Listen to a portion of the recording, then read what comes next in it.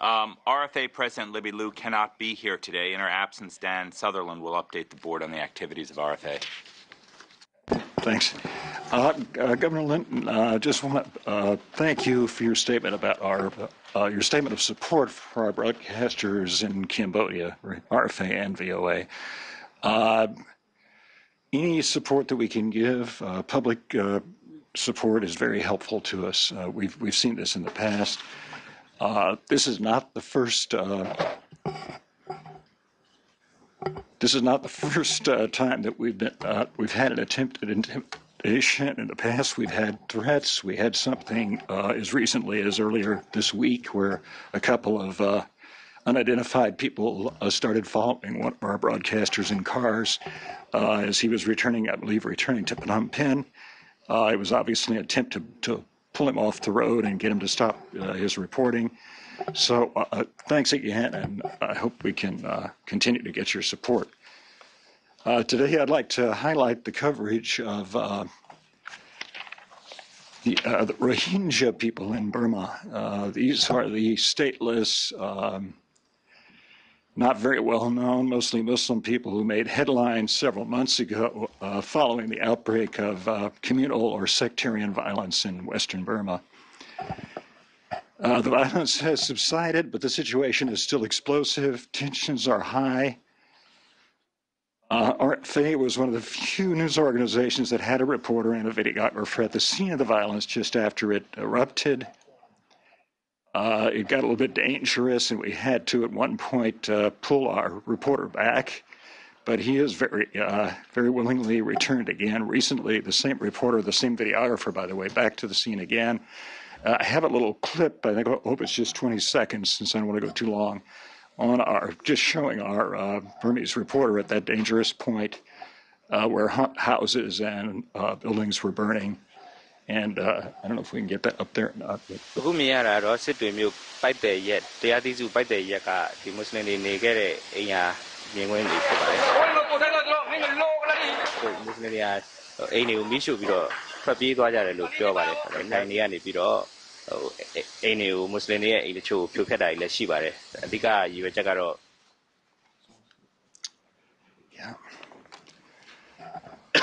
In the end, more than 80 people were killed on both sides, a total from both sides, and that's just the official count. There were probably, we suspect, many hundreds more were killed.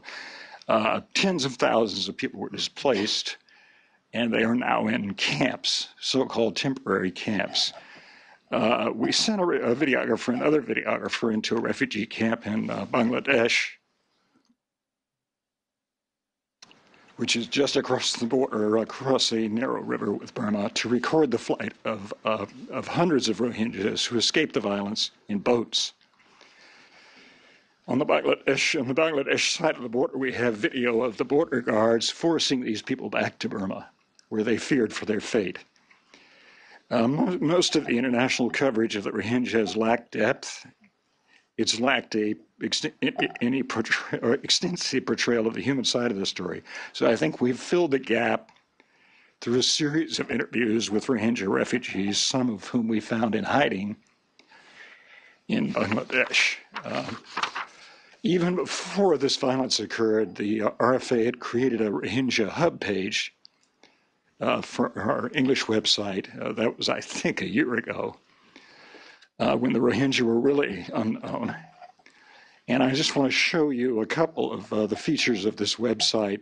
This will be brief. Let's see if we can get it up there.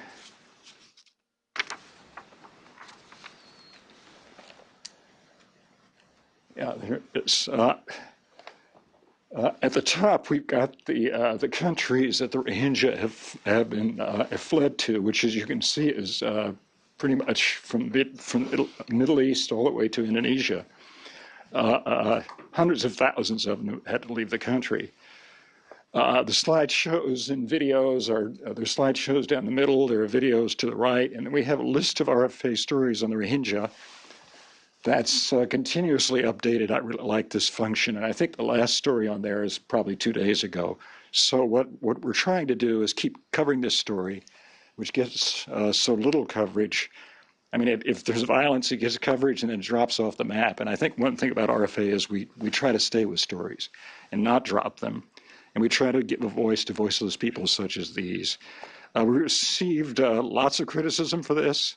It's very difficult, one of the most difficult stories I think we've tried to cover because there's misinformation, high emotions, rumors that really take off and create trouble and attacks on people. And we feel still that despite the hatred directed against the Rohingya, we just have to do this job. It's highly charged. It could go violent again.